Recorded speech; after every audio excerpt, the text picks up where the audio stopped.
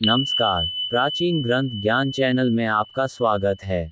आज हम आपको श्रीमद् देवी भागवत पुराण के द्वितीय स्कंध में अध्याय 8 श्रवण करवाएंगे, जिसमें धृतराष्ट्र आदि का दावाग्नि में जल जाना, प्रभास क्षेत्र में यादवों का परस्पर युद्ध और संहार, कृष्ण और बलराम का परमधाम गमन, को राजा बनाकर पांडवों का हिमालय पर्वत पर जाना, को शाप की प्राप्ति, प्रमदवरा और रुरु का वृतांत का वर्णन किया गया है।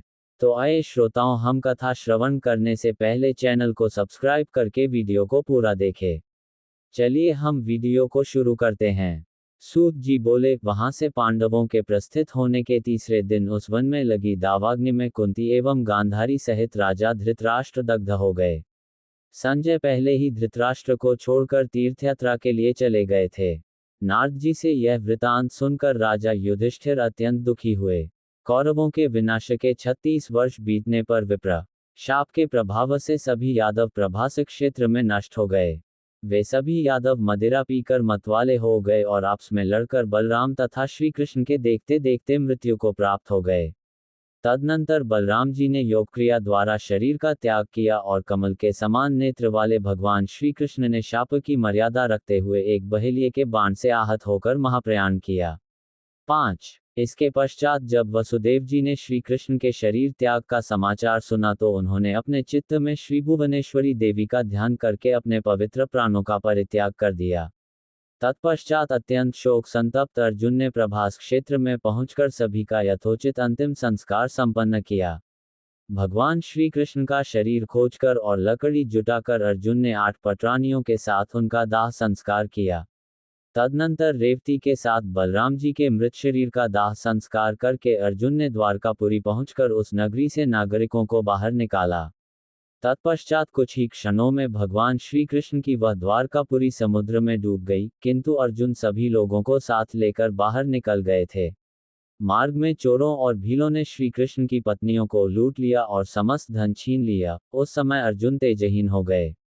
तदनंतर अपरिमित तेज से संपन्न अर्जुन ने इंद्रप्रस्थ पहुंचकर अनिरुद्ध के वज्र नामक पुत्र को राजा बनाया। अर्जुन ने अपने तेजहीन होने का दुख व्यास जी से निवेदित किया, जिस पर व्यास जी ने उस महारथी अर्जुन से कहा, हे महामते, जब भगवान श्री कृष्ण और आपका पुनः अवतार होगा तब उस युग में आपका तेज पुनः अत्यंत उग्र हो जाएगा। उनका यह वचन सुनकर अर्जुन वहां से हस्तिनापुर चले गए।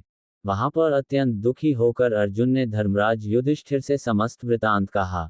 श्री कृष्ण के देहत्याग एवं यादवों के विनाश का समाचार सुनकर राजा युधिष्ठिर ने हिमालय की ओर जाने का निश्चय कर लिया।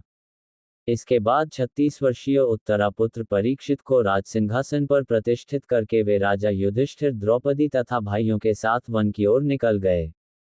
इस प्रकार 36 वर्ष की अवधि तक हस्तिनापुर में राज्य करके द्रौपदी तथा कुंती पुत्रों इन छहों ने हिमालय पर्वत पर जाकर प्राण त्याग दिए। इधर धर्मनिष्ठ राजर्षि परीक्षित ने भी आलस्यरहित भाव से 60 वर्षों तक संपूर्ण प्रजा का पालन किया। वे एक बार आखेट हेतु एक विशाल जंगल में गए। अपने बाण से विद्ध एक मृग को खोजते खोजते मध्याह्न काल में उत्तरापुत्र राजा परीक्षित भूख प्यास तथा थकान से व्याकुल हो गए।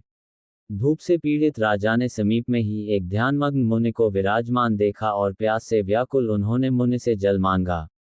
मौन व्रत में स्थित वे मुनि कुछ भी नहीं बोले, जिससे राजा कुपित हो गए और प्यास से आकुल तथा कले से प्रभावित चित्त वाले राजा ने अपने धनुष की नोक से एक मृत सांप उठाकर उनके गले में डाल दिया। गले में सर्प डाल दिए जाने के बाद भी वे मुनिश्रेष्ठ कुछ भी नहीं बोले। वे थोड़ा भी विचलित नहीं हुए और समाधि में स्थित रहे। राजा भी अपने घर चले गए। उन मुनि का पुत्र गविजात अत्यंत तेजस्वी तथा महातपस्वी था। पराशक्ति के आराधक उस गविजात ने पास के वन में खेलते हुए अपने मित्रों को ऐसा कहते हुए सुना कि हे मुनिश्रेष्ठ, तुम्हारे पिता के गले में किसी ने मृत सर्प डाल दिया है।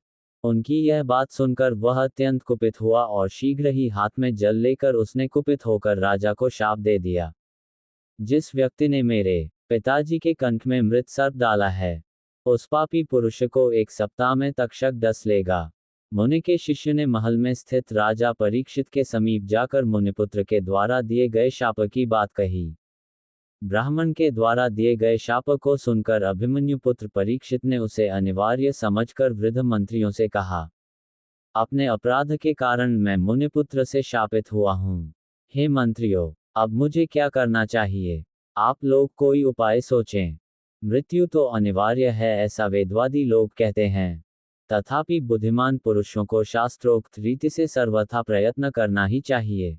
कुछ पुरुषार्थवादी विद्वान ऐसा कहते हैं कि बुद्धिमानी के साथ उपाय करने पर कार्य सिद्ध हो जाते हैं, न करने पर नहीं। मणि, मंत्र और औषधों के प्रभाव अत्यंत ही दुर्जय होते हैं। मणि धारण करने वाले सिद्धजनों के द्वारा क्या नहीं संभव हो जाता। पूर्व काल में किसी ऋषिपत्नी को सर्प ने काट लिया था, जिससे वह मर गई थी। उस समय उस मुनि ने अपनी आयु का आधा भाग देकर उस श्रेष्ठ अप्सरा को जीवित कर दिया था। अतः बुद्धिमान लोगों को चाहिए कि वे भवितव्यता पर विश्वास न करें, उपाय भी करें। हे सचिवों, आप लोग ये दृष्टांत प्रत्यक्ष देख लें। इस लोक या परलोक में ऐसा कोई भी मनुष्य नहीं दिखाई देता, जो केवल भाग्य के भरोसे रहकर उद्यम न करता हो। गृहस्थी से विरक्त मनुष्य सन्यासी होकर जगह जगह भिक्षाटन के लिए बुलाने पर अथवा बिना बुलाए भी गृहस्थों के घर जाता ही है। दैवात प्राप्त उस भोजन को भी क्या कोई मुख में डाल देता है? उद्यम के बिना वह भोजन मुख से उदर में कैसे प्रवेश कर सकता है? अतः प्रयत्नपूर्वक उद्यम तो करना ही चाहिए। यदि सफलता न मिले तो बुद्धिमान मनुष्य मन में विश्वास कर ले कि दैव यहाँ प्रबल है। मंत्रियों ने कहा, हे महाराज, वे कौन मुनि थे जिन्होंने अपनी आधी आयु देकर अपनी प्रिय पत्नी को जीवित किया था? वह कैसे मरी थी? ये कथा विस्तार से हमसे कहिए। राजा बोले, महर्षि भृगु की एक सुंदर स्त्री थी, जिसका नाम पुलोमा था। उससे परम विख्यात च्यवन मुनि का जन्म हुआ। च्यवन की पत्नी का नाम सुकन्या था। वह महाराज शर्याति की रूपवती कन्या थी। उस सुकन्या से श्रीमान प्रमति ने जन्म लिया, जो बड़े यशस्वी थे। उस प्रमति की प्रिय पत्नी का नाम प्रतापी था। उन्हीं राजा प्रमति के पुत्र परम तपस्वी रुरु हुए।